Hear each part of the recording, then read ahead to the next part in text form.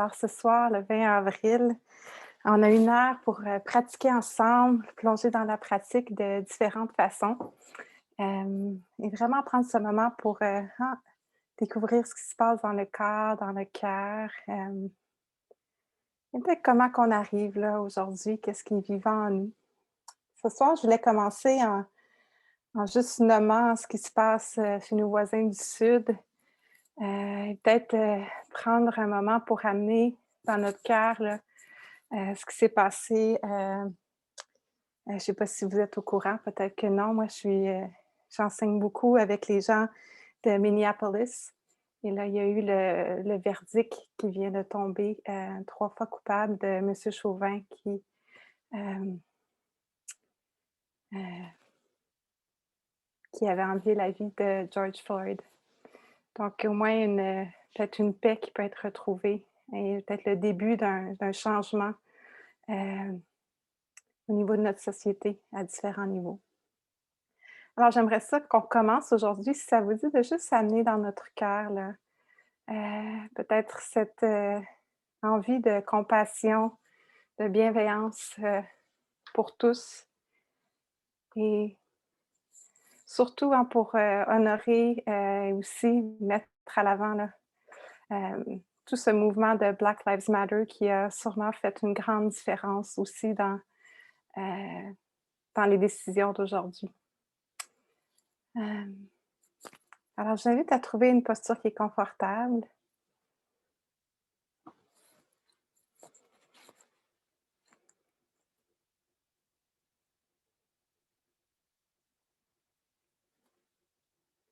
Et on arrive tous là avec, tout plein, cœur touché. Moi, je suis touchée par ce que je viens de vous exprimer là.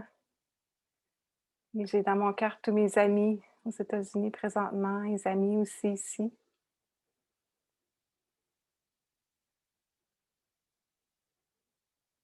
Nous tous, on arrive avec, notre journée, les émotions de notre journée, des derniers jours, des derniers mois, de la dernière année. Aussi tout ce qui est vivant en nous de ce moment-ci, maintenant, aujourd'hui.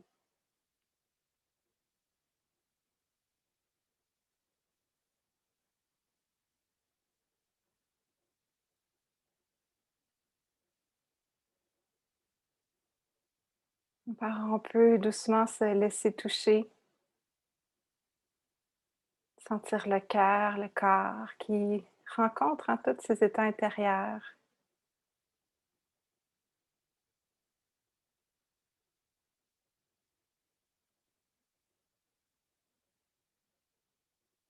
Et on peut prendre le temps de respirer avec ce qui est vivant en nous.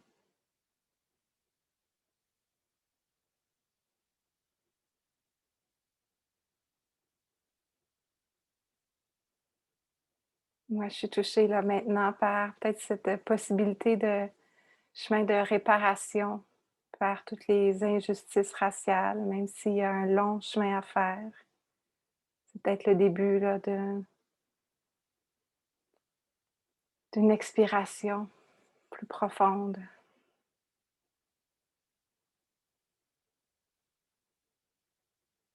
Et chacun de nous aussi, est-ce qu'on peut se laisser être touché par ce qui vient, être perturbé, toucher le cœur,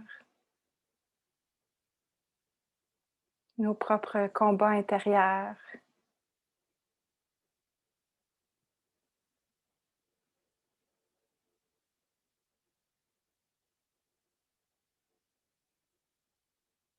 Laisser le cœur être touché par ça.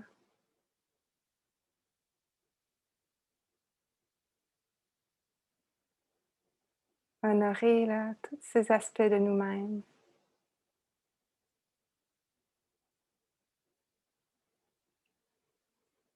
Et pour bien s'accompagner ce soir, on peut amener la présence dans le corps. Sentir justement là, qu'on est soutenu par la terre.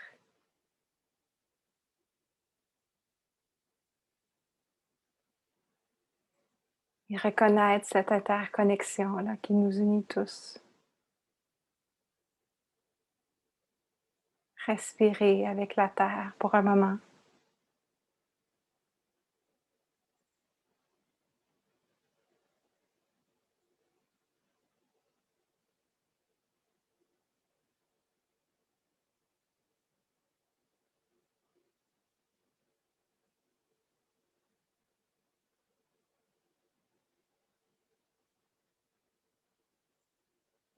C'est très bien. Vraiment sentir là qu'on est accompagné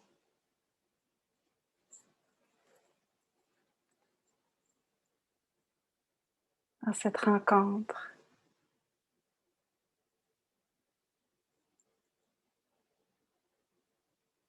accompagné par la Sangha,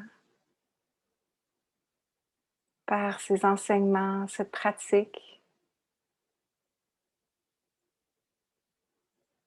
et cette force innée, cette sagesse qui nous habite, chacun de nous.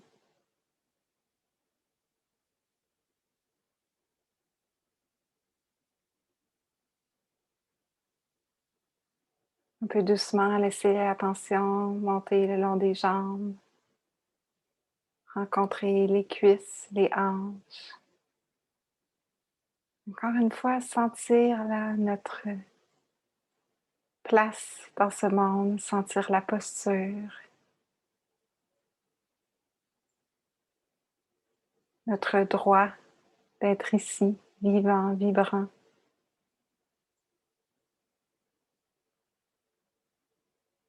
Même notre importance, qu'on pourrait dire, d'être là.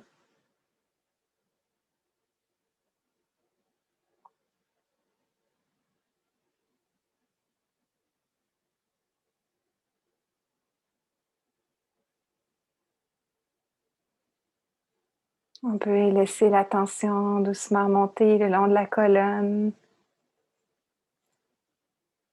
Tout doucement sentir là cet éveil, cette énergie, cette présence dans le soutien de la colonne en ce moment.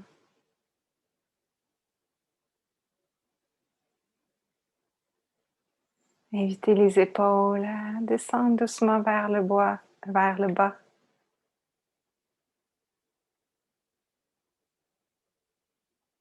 Inviter le calme.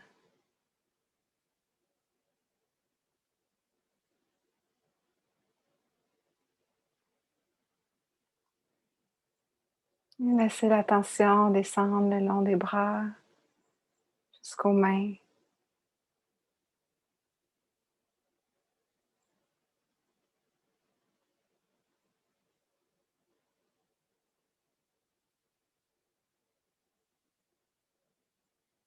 Et doucement aller vers le ventre, sentir le corps qui respire. Ce ventre qui gonfle et dégonfle.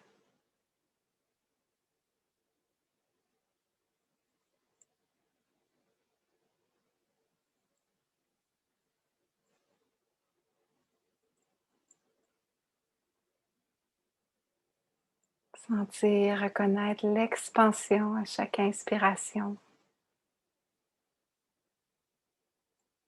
et la détente à l'expiration.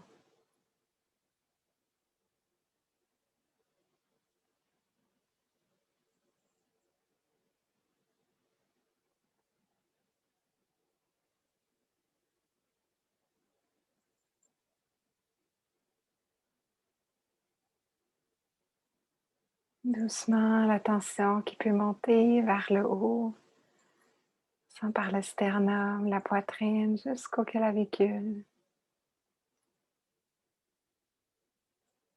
Encore là, reconnaître tout ce corps qui respire.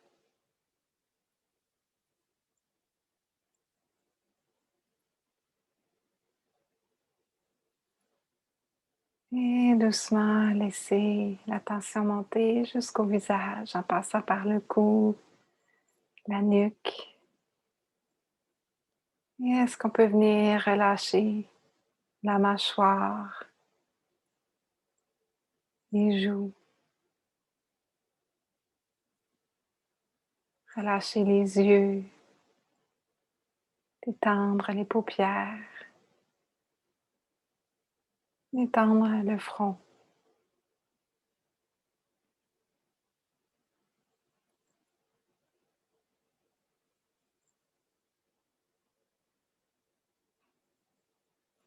Et on reconnaît encore une fois là, tout le corps qui est assis ou allongé.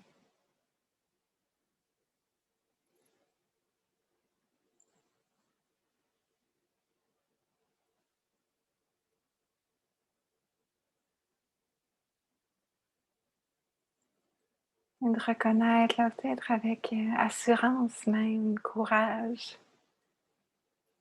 curiosité, intérêt,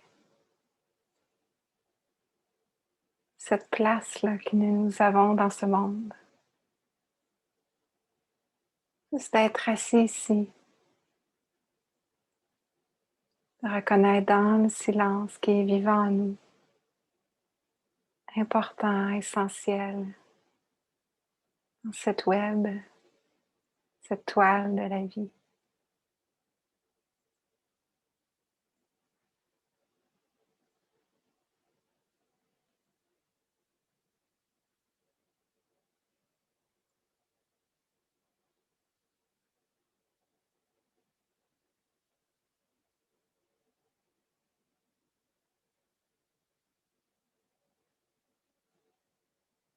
Pour les prochaines minutes, je vous invite à voir pour vous, là, si ce qui est aidant, soutenant ce soir, c'est peut-être de simplement respirer et reconnaître que ça respire.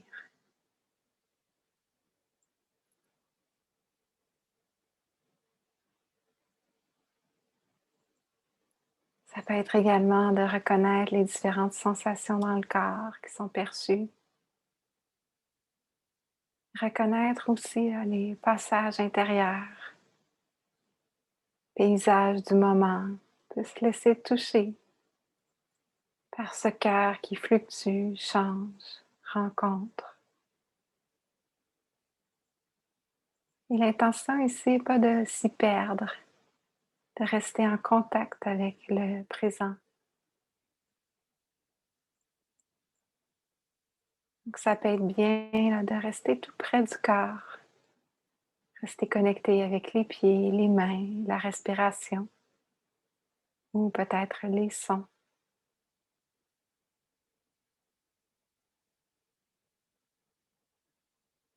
Je vais laisser place là, du silence pour les prochaines minutes. Voyez ce que vous avez envie d'honorer avec présence, avec attention, réceptive, bienveillante.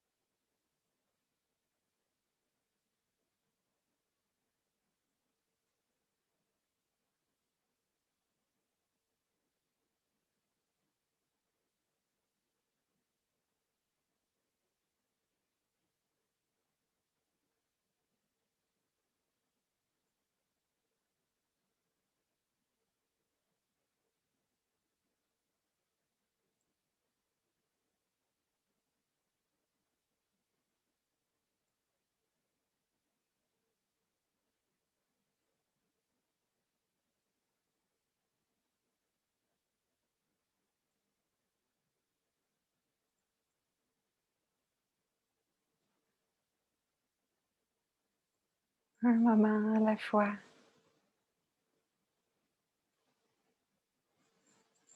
Une inspiration, pause, expiration à la fois. Présence de chaleur, de picotement, de calme, d'agitation, de colère, de gratitude. Tout ça présent, passager, changeant.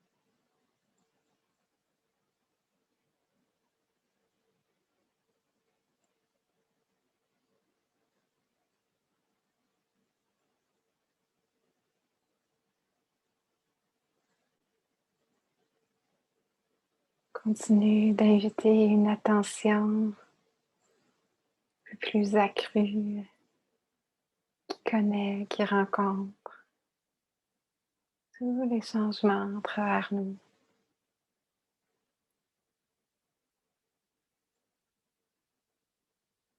tout en continuant là, d'inviter de la bienveillance, de la douceur, on pourrait même dire de la tendresse là, pour ce qui est vivant en nous, que ce soit des sensations physiques ou la simplicité, la respiration, ou ce cœur là, qui touche, rencontre, ressent.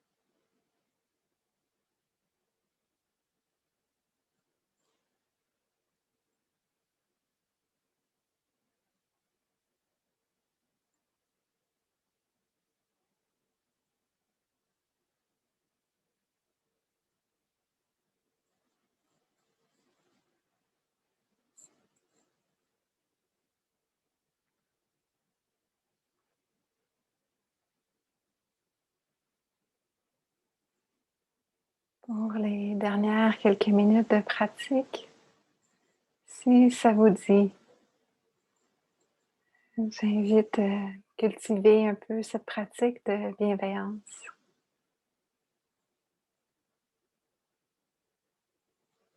Si vous préférez demeurer juste dans la présence, tout à fait correct.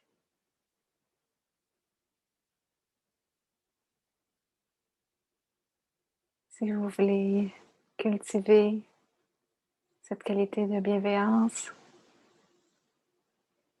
on va doucement là, amener l'attention sur nous-mêmes, sur cet être assis, allongé.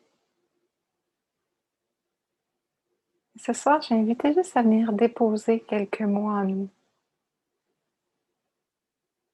On peut venir irradier cette belle énergie autour de soi.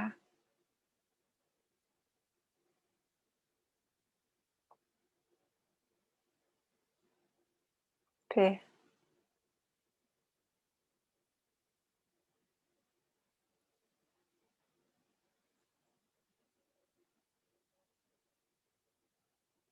calme,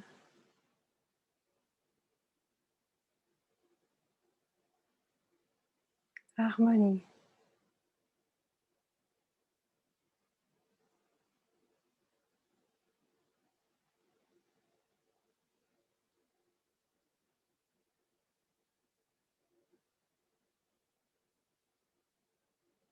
paix,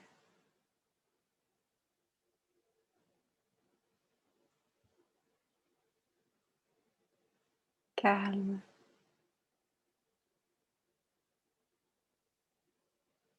harmonie,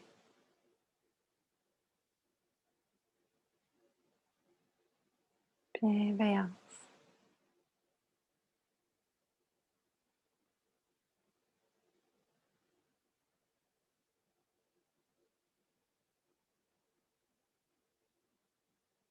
Laissez là peut-être 2 mots à votre rythme venir se déposer en vous.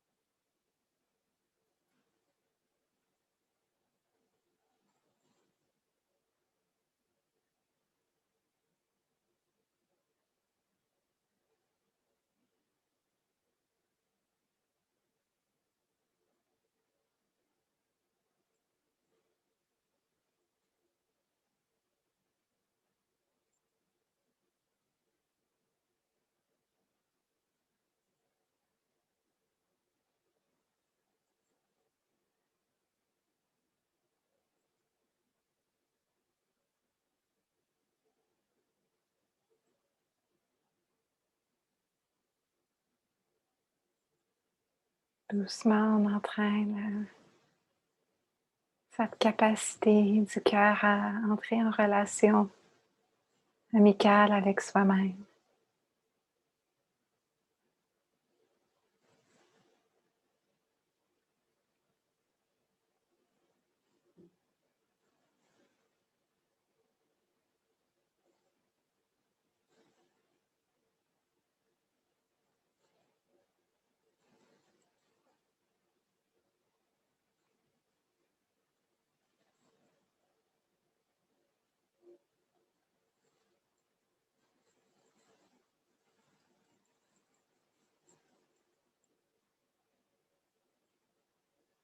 De ce cœur-là qu'on entraîne doucement peut ouvrir la place à cultiver cette même bienveillance aux êtres autour de nous, dans toutes les directions.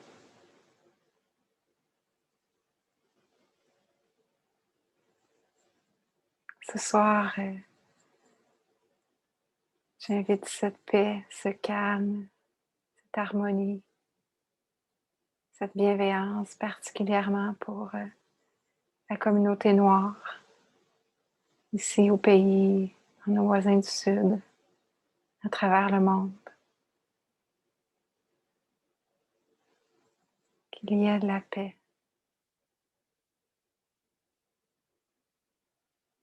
de l'harmonie, de la bienveillance.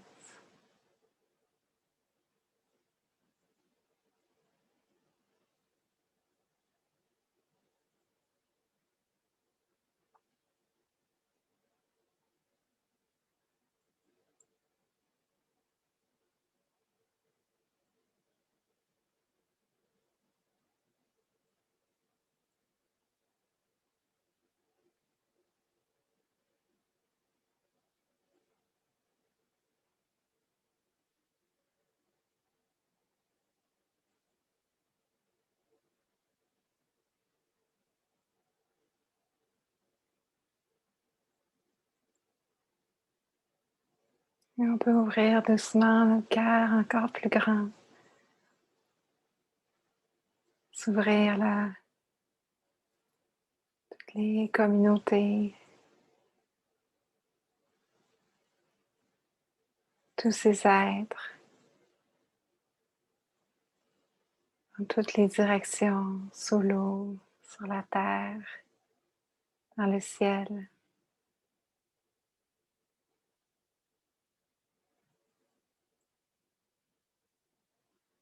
Que tous les êtres soient en paix.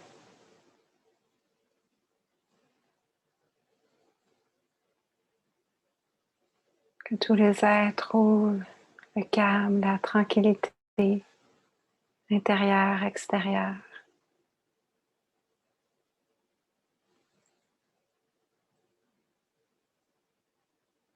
Que tous les êtres trouvent l'harmonie.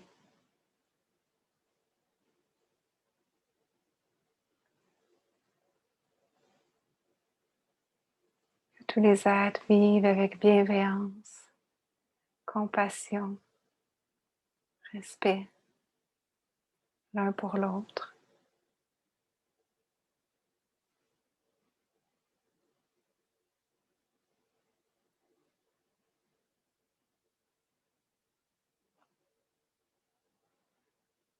Paix, calme, harmonie, bienveillance.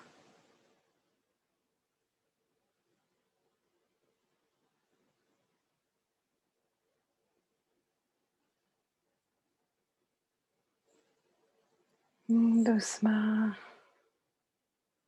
honorer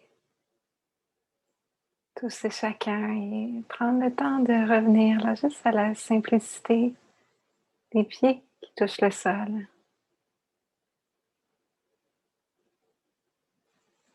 Prendre contact avec les mains.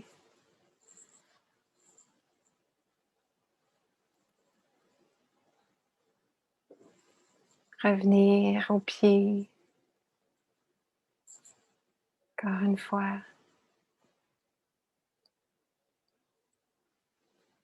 Et toute la posture.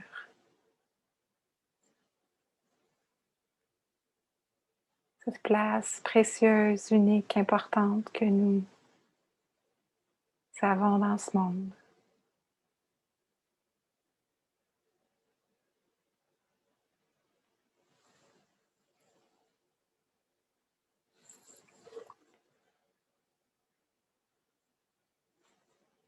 Que tous les êtres soient en paix.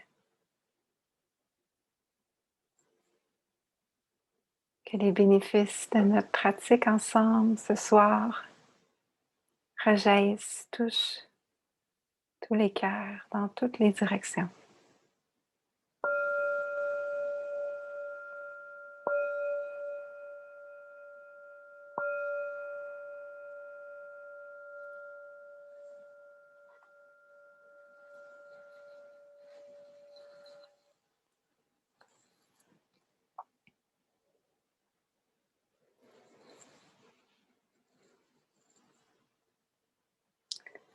Merci tout le monde pour votre pratique ce soir. Hmm. Une pratique ou une journée qui me touche particulièrement, comme vous l'avez sûrement pu le sentir. Euh, je le mentionnais au début, moi, il y a plusieurs mois, j'enseignais au Minneapolis le soir de la mort de George Floyd. Donc, c'est une journée aujourd'hui, un autre dénouement qui me touche particulièrement et qui touche peut-être certains d'entre vous, là. Alors, merci d'inclure ça dans votre pratique. Alors aujourd'hui, j'avais envie de justement parler de tout ce qui vient troubler, bouger le cœur de différentes façons. Et, euh, et de vraiment voir si on peut être présent, conscient de ce qui nous habite, ou peut-être même qu'on pourrait dire la façon dont on interagit avec soi-même, les pensées, les différents types de pensées qu'on cultive à l'intérieur de nous. Et même l'impact que ça peut avoir sur notre entourage ou sur la façon dont on entre en relation avec notre monde. J'écoutais un enseignement d'une enseignante que j'aime beaucoup, qui est australienne, je crois bien. Elle enseigne beaucoup en Nouvelle-Zélande, mais je pense qu'elle est australienne. Elle s'appelle Jill Shepherd. Euh, Elle a beaucoup de clarté dans la façon qu'elle enseigne. Puis elle parlait de deux façons, ou deux, en fait, deux façons que le mental, on pourrait dire, souvent va agir, et les deux façons à être à l'affût de ça. Donc, ces deux modes, qu'on pourrait dire, de pensée à regarder, à remarquer, qui vont souvent, en fait, créer plus de stress, d'anxiété, ou en fait, créer cet sentiment de séparation avec l'autre et cette solidification du soi, hein, qui souvent amène beaucoup de problèmes.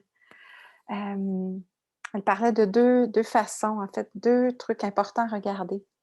La première, c'était de regarder ce mental qui est toujours en manque, qui veut toujours autre chose.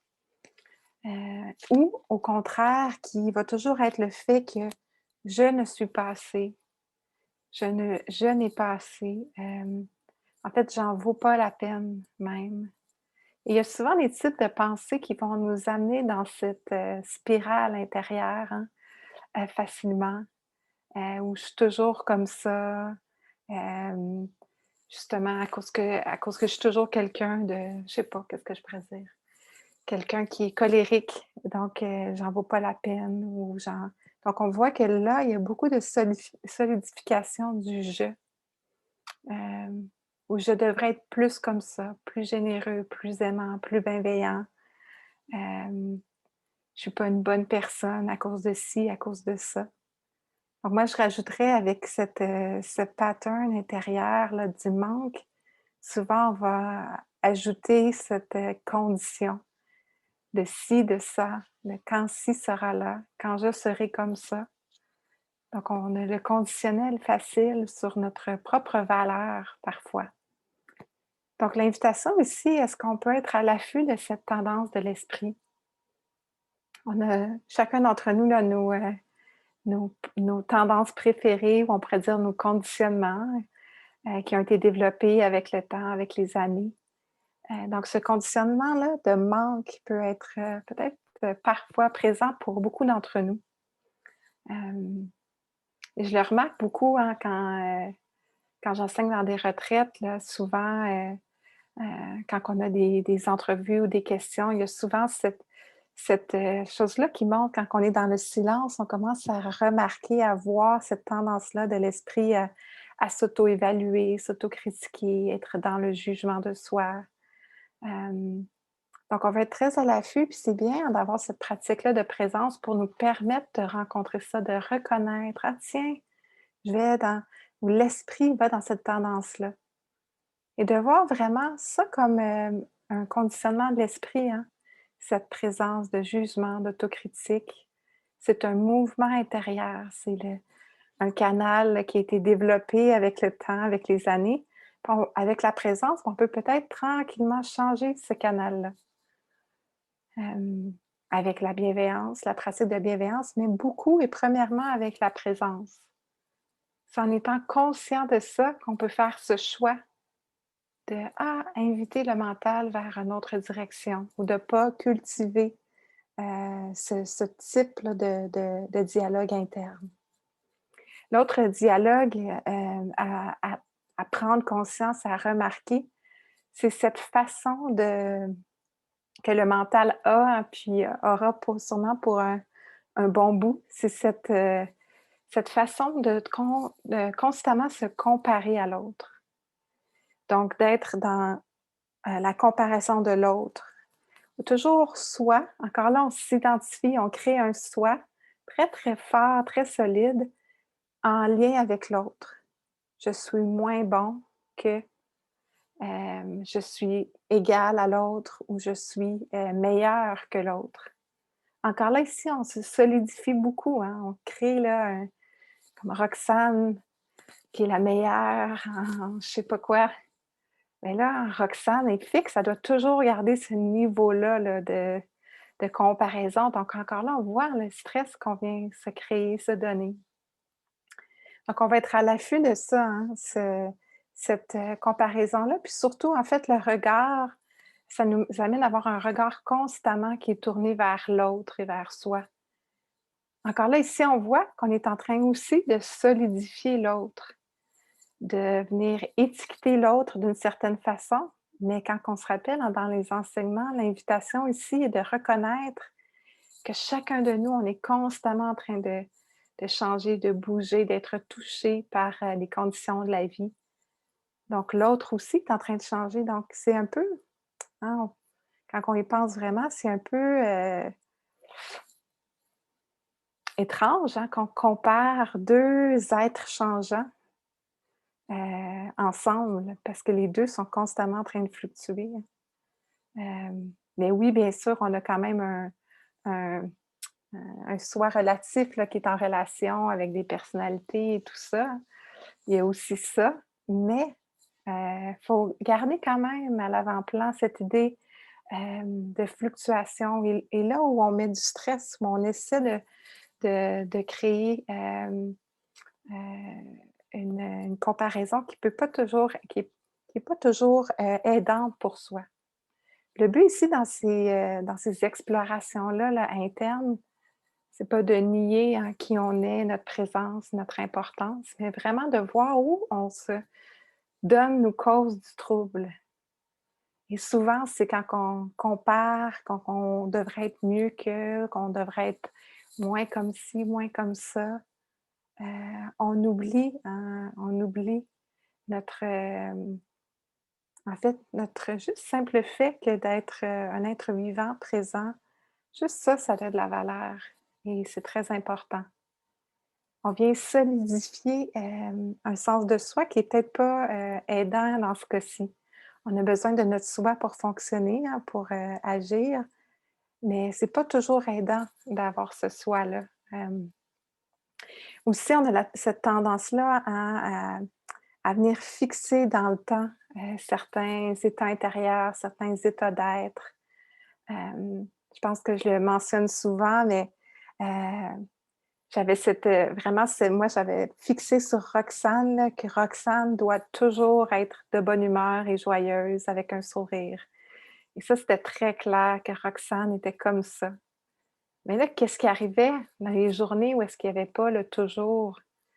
Tout de suite, là, il y avait un jugement de soi, une autocritique, hem, que ce soit de moi ou même de l'extérieur, qui avait peut-être perçu ou décidé que Roxane était devait toujours être comme ça.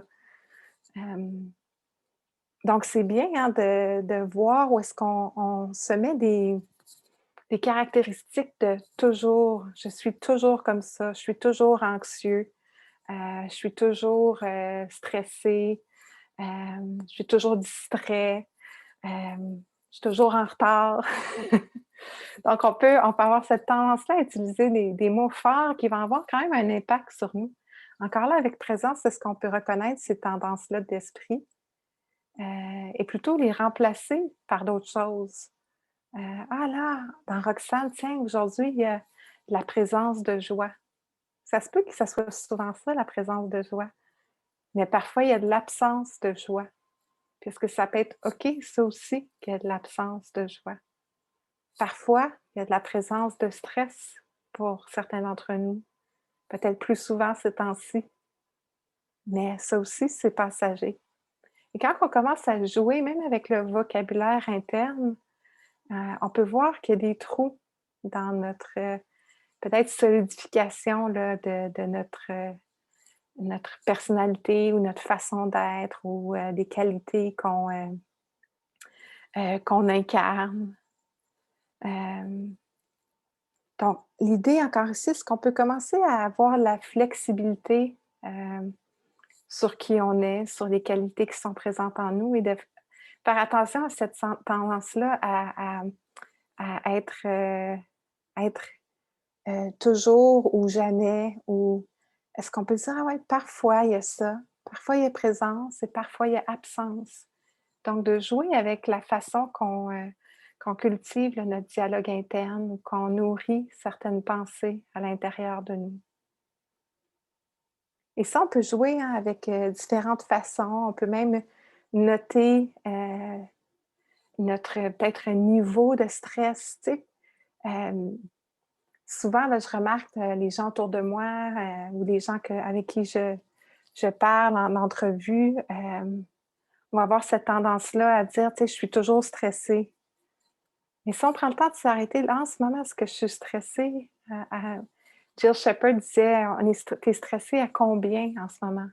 Ah, là, maintenant, c'est peut-être un 4. Là, de voir que, ah, ben là, je suis plutôt stressée à un 7. Juste là, en quelques minutes, des fois, ce chiffre-là va changer.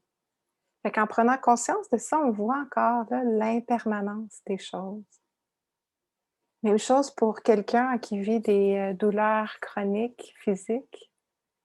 On a souvent la tendance de solidifier des douleurs physiques. Est-ce qu'on peut jouer avec cette gradation-là qui peut nous aider à voir que c'est fluctuant, que c'est changeant et non permanent, fixe? Même chose, là, je pense à quand on a un gros deuil ou un cœur brisé. Souvent, les émotions fortes, hein, ça va prendre beaucoup de place à l'intérieur de nous. Donc, c'est bien de jouer avec une certaine évaluation non jugeante à ce qui est présent à l'intérieur de nous. L'idée ici, c'est pas de se juger, hein, c'est vraiment juste d'être présent que, ah, tiens, c'est pas toujours fixe, permanent ou à un certain niveau auquel on pense là, que c'est tout le temps. Donc, on est invité là, à jouer un peu avec ça, avec la présence, à découvrir là, que c'est bougeant, que c'est changeant, que c'est vivant, cet être-là. Encore là, c'est tout simple, hein, c'est avec la rencontre de la respiration, en acquérant ce soutien-là du corps qui nous guide à travers les mouvements intérieurs. Donc, en bon français, en se groundant, en habitant notre corps, on peut rencontrer les mouvements intérieurs peut-être avec un peu plus de souplesse, de flexibilité intérieure. Et on remarque hein, que oui, c'est pas parfait là, être un être humain. Voir encore là cette tendance-là à être à la recherche d'une certaine perfection inatteignable. J'aime bien, moi, remarquer là, ces temps-ci, quand je m'enfarge, quand ça va moins bien, puis être touché par ça, le mouvement du cœur. Hier soir, je parlais avec un ami, un grand sage avec qui je parlais un peu j'avais un passage de tristesse, puis c'était vraiment intéressant parce que je parlais de ma super retraite que je venais d'avoir, puis j'avais le cœur plein. Puis là: «Ah ouais, c'est intéressant, mais en ce moment, il y a aussi de la tristesse». Ah tiens, c'est intéressant. C'est comme s'il y a un mélange de gratitude de la pratique et un passage de solitude, de tristesse. Puis je me laissais être touchée par ça, puis je trouve ça toujours très beau de voir là, les mouvements du cœur qui font juste leur apparition. Hem, je parlais la semaine passée de la beauté du dukkha. C'est un peu ça, là, se laisser être touché par, les mouvements du cœur qui créent notre humanité. Roxane n'est pas toujours joyeuse, puis c'est correct, c'est correct. C'est beau aussi. Heu, alors se laisser être touché par ça et se laisser rencontrer, hein. Mon langage intérieur, moi, a changé avec le temps, justement avec cette idée de bienveillance, de compassion. Au lieu d'être: «Ben, voyons donc, tu devrais pas être triste, là. Hey, tout va bien dans ta vie?» Là, c'est comme: «Ah ouais, ben oui, il y a le passage de tristesse, que ça peut être correct ça aussi». Alors encore là, ça commence beaucoup par la rencontre, la relation avec ce qui est vivant à l'intérieur de nous. Et plus on fait cette rencontre-là, bienveillante avec nous-mêmes, plus on peut la faire avec les gens autour de nous, se laisser être touché là, par ce qui se passe dans notre société, dans notre monde et le voir en présence là, peut-être d'un certain, certaine paix en ce moment ou gratitude. Ah oui, là, il y a la présence de colère ou peu importe là. Ça, là, voir là, ces mouvements-là aussi à l'extérieur de nous. On parlait en fin de semaine là, de voir intérieur, extérieur et comment hein, c'est bougeant, changeant et c'est très similaire ou même pareil qu'on pourrait dire. Hem, alors on se laisse toucher par ça et on commence à prendre conscience des tendances, de l'esprit à différents niveaux. Ça, c'est le troisième fondement de l'attention et aussi ça inclut le quatrième, parce qu'on regarde là, tous les phénomènes mentaux et on peut amener de la présence à ça. Et quand on commence à toucher en monde des émotions, ça nous demande beaucoup, beaucoup on pourrait dire de maîtrise. Il faut faire attention de ne pas se laisser envahir par notre autocritique, par notre jugement. Quand on va à la rencontre de ça, ça nous demande d'être très à l'affût, qu'on ne se laisse pas embarquer là-dedans, dans le dialogue interne, mais vraiment de garder une présence, puis d'être intrigué, vouloir investiguer sur ce qui se passe à l'intérieur de nous. Alors c'est des façons là, de rencontrer ce qui vit en nous qui peut être très, très aidante, de commencer à porter un regard curieux sur notre dialogue interne, sur nos états intérieurs. Ça peut être très transformateur de faire ça et d'y amener encore là beaucoup de bienveillance. Et j'en parlais, je pense, à quelques reprises, mais il y a le chercheur neuropsychologue Rick Hanson hein, qui mentionne, là, ou qui, c'est peut-être pas lui qui a inventé ça, mais bon, c'est de lui que je l'ai lu, qui parle que ah, les émotions positives euh, vont glisser comme du téflon, puis les émotions négatives vont rester collées comme du velcro. Donc, on va être conscient de ça. Puis on peut voir, est-ce qu'on peut en fait garder un peu plus près, un peu plus longtemps, quand il y a la présence de bienveillance en nous, de la présence de joie et se laisser nourrir par ça. Il y a une pratique que Rick Hanson suggère, c'est est-ce qu'on peut là, 15 secondes, 6 fois par jour, remarquer quand il y a des petits moments de joie dans notre quotidien. Et si on fait ça 6 fois 15 secondes, que ça soit de regarder les bourgeons. Je suis bien intriguée par mes bourgeons ces temps-ci. Ou un moment de joie, de juste, en se levant le matin, de sentir le soutien, la chaleur dans notre lit sous les couvertes. 15 secondes à se laisser sentir ça. Si on fait ça 6 fois, ça veut dire qu'on cultive au moins 3 minutes de joie par jour. Alors, est-ce qu'on peut se donner ça, là, 3 minutes de joie pure qui est ressentie à chaque jour? Hein, c'est si vite qu'on est pris dans nos trucs à faire, avoir cette invitation-là à se laisser sentir. Puis on peut remplacer ça, hein, les 15 secondes de joie par 15 secondes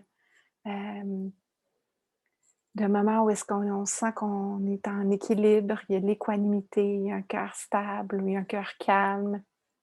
Encore là, est-ce qu'on peut cultiver du calme dans notre quotidien un peu plus? Alors, on peut jouer avec les qualités intérieures puis les laisser prendre la place à l'intérieur de nous. Le temps file. Je vais vous lire un poème que j'ai découvert récemment, que j'aime bien, que j'ai trouvé très touchant et qui, je trouve, parle un peu là, de cette idée-là de se laisser toucher, goûter, être rempli par les moments qui goûtent bon. Encore là, impermanents et qu'on veut reconnaître comme précieux. Alors, c'est un poème de Naomi Shihab Nim, qui est une palestinienne américaine. Et c'est un texte que j'ai traduit, mais ça s'appelle Sifter en anglais. En français, c'est tamis, comme un tamis. Tamis. Alors voilà. Quand notre professeur d'anglais a donné notre première invitation à écrire de l'année, il nous a demandé de devenir un ustensile de cuisine en 2 paragraphes descriptifs. Je n'ai pas pensé à un couteau de boucher ou à une poêle à frire, mais j'ai pensé immédiatement à la farine douce tombant en pluie à travers les petits trous du tamis et à l'agréable bruit circulaire du tamis. Je l'ai même écrit, ce bruit circulaire. Rhoda est devenue une cuillère à café, Roberto un entonnoir, Jim un moule à muffins et Forrest une marmite à soupe. Nous avons lu nos paragraphes à voix haute. Abby était un mixeur. Tout le monde a ri et a joué la comédie. Mais plus on y pensait, nous étions tous dans la cuisine, les tiroirs et les égouteurs, la théière chantante et la cuillère à pamplemousse, au bord d'Ampli. Nous étions tous la tasse vide, le plateau. Ceci, disait notre professeur, était la beauté de cette métaphore. Elle ouvre des portes. Mais ce que je ne pouvais pas savoir alors, c'est comment être un tamis allait m'aider toute l'année. Quand les mauvais jours arrivaient, je fermais les yeux et je les sentais passer à travers les petits trous. Quand les bons jours arrivaient, j'essayais de les contenir doucement, comme quand la farine reste dans le tamis, jusqu'à ce que vous tourniez la poignée. Du temps, du temps. J'étais un doux tamis dans le temps, et personne ne l'a jamais su.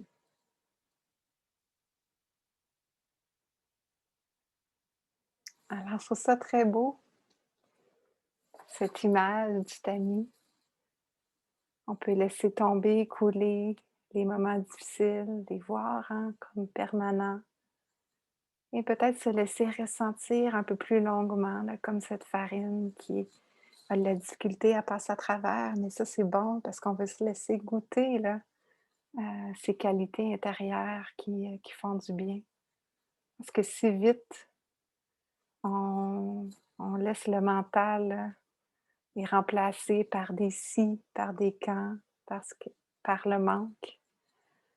Alors, cette invitation de Naomi Shihab Nim à se transformer en tamis, et peut-être jouer quel accessoire de cuisine vous aimeriez être pour la prochaine semaine. On va prendre juste quelques moments en silence ensemble. Merci pour votre écoute.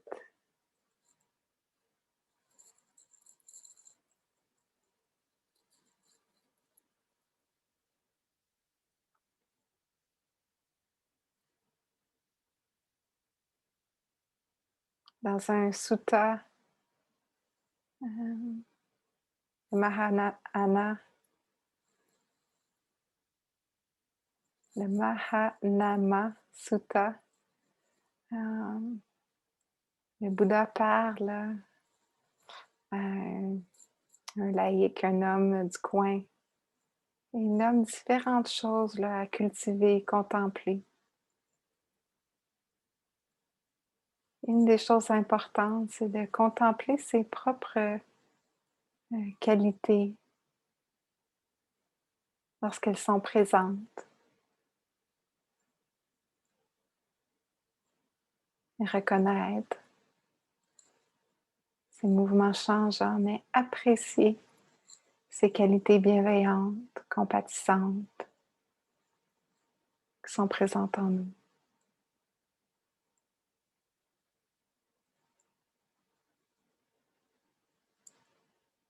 Alors, voyez là maintenant comment on peut nourrir là, ce cœur-là, apprécier la présence des qualités intérieures qui sont aidantes.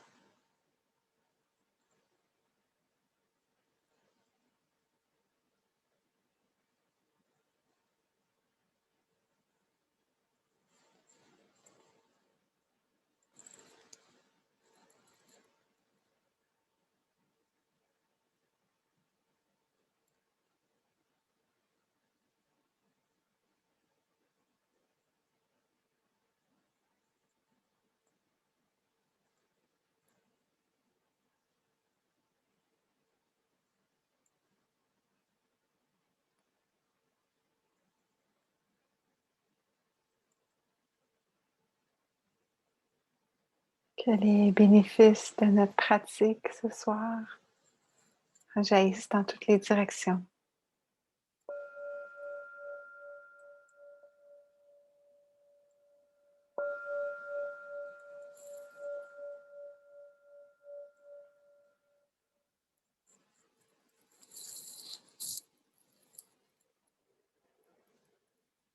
Grand merci tout le monde pour votre écoute.